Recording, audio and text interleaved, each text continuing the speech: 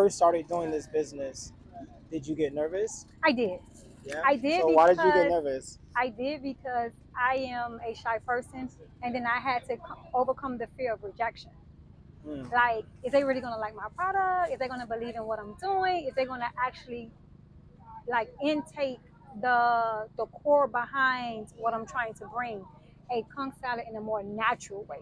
Get what I'm saying? yeah. To where it's not made with anything out of a bottle, everything is fresh squeezed. Where you get fresh squeezed lemon, lime, and oranges, and then natural vegetables, and then one of the top authentic qualities of conch. Right. But as I can see, I overthought it, of course. When I Right. started this market, it was kind of slow, but it did really good. Then COVID came, and then we had to back out. Then I felt myself not being consistent as much because I kind of got a little bit down because I'm like, dang, I started something, then now look, I have to stop it. Yeah. Which for me was a plus because when I got back, they were looking for me. Yeah. And then now it's been taking off ever since. Every Saturday when I'm not working, I'm here. And then I gain that family, I gain that relationship with customers, and then they believe in me more than I believe in myself because they be looking for me. Because you got what they want. You And, know what I mean? And then you in a love it. more natural Right. way. And then you make it with love. And I tell And I people make it all with the love. time, like when Oh, you make yes. it with love, they Oh, taste, yes. they feel it. It's the energy that you bring. What was that one thing that helped you get over that nervousness? I am I'm a spiritual person, and I allow myself to listen while God leads. Amen. And one day I had a revelation where I had a breakdown, to be openly honest. And I said, God, like, if this is for me, please show me. I want this. I want to be an entrepreneur. I want to leave something as a legacy for my children. And I heard a voice say, don't give up. I have your back. Just believe in yourself. And I've been chasing that voice ever since then. So when I was able to get back after COVID, I had to work my way around. So I went to the South Miami market. That one was a little bit slow. That wasn't my place. And I did the Aventura market, long hours, taking me away from my children. I only do this on Saturday for now. That wasn't working. God said, be still. So I said, okay, okay, I hear you. I'm a firm believer of following direction. So in February of 2022, Art, which is the owner here, he said, okay, I have a spot open. Come back. You always have a place here. We just had limited of spots open. So I said, okay. It's been home since February 20th. I do not go nowhere else. Okay. Okay. Nowhere else. People come up and they like, oh, I want you to do my market. If it's after Legion Park and I can make it, I can make it. But I base myself here because this is where my family started from. So when you look in the mirror, what do you see that God sees in you? Not the world, but what God sees in you. He sees in me a person that can change the trajectory of generational curses. Mm. Because I come from a family where no one started a business. I come from a family where we was in poverty. We all struggled. I come from a family where it wasn't that support to even push you to do anything. So if you can see behind me, I work with my son. My business is based off of legacy. So when I'm not here, and if someone else I'm gonna bring in here to work, my son is gonna be behind them, showing them this is how it's ran and this is what you're supposed to do.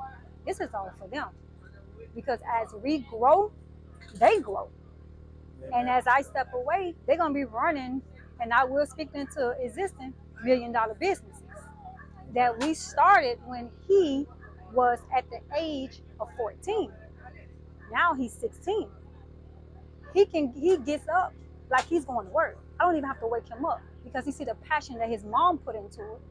So he give that same energy. So that's what I believe God has for me on this earth. Is to leave my kids something that my family couldn't do for us. Okay. That's what I think. Okay. There's people with passion just like you, but Mm-hmm. they don't have people to push them as much. Like for instance, foster kids, they don't have that Uh, family push. They don't really, understand right. or know how to get started. Like, so if someone like that came to you young, out of the game, and wanted to get into this business, what would you tell them? I would tell them to sacrifice their fear for hope. That's what I would tell them. Nothing beats a failure unless you don't start. It's not going to work the first time, of course not.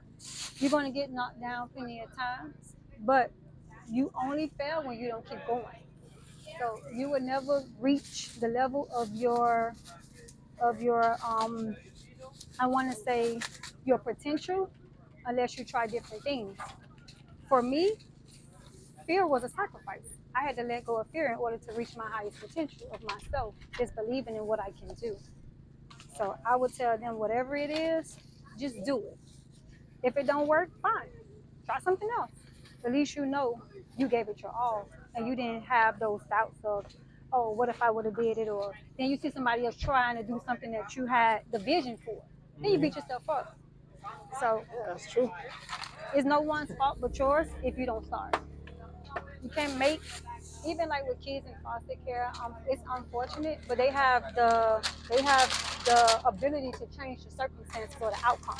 Like you you are your situation. If you allow your situation to be you, you can change it. There are a lot of athletes and there are a lot of successful people out here that used that situation of being a foster child, didn't have anything, to chasing to getting everything they didn't have and that they deserve. Yeah. So, and that's because, for one, they didn't allow their situation and their circumstances overtake them. They overtook it. You just have a bigger testimony Yeah. because you grew up with nothing to having it all.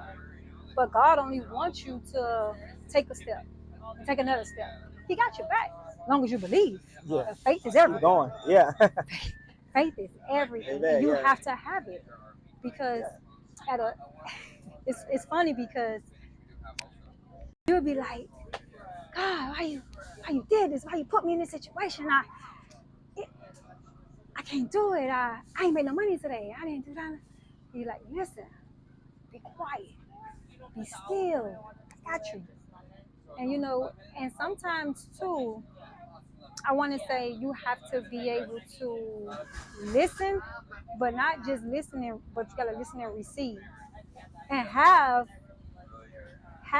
that ability to trust in what he's telling you. That's not easy because you're only looking at the right now. Yeah. Like this is the situation right now. It ain't you ain't doing anything. But I say that to say this: it's easier said than done. But you have to always overcome your situation and your circumstances because it can't be that bad. It's always something or someone out there doing much better than you. So just hold on to your faith and hold on to your future to where it's not gonna always be like this. It's temporary. I can overcome this. And when you see you can overcome one thing, you can overcome a lot. Yep. That's Amen. it.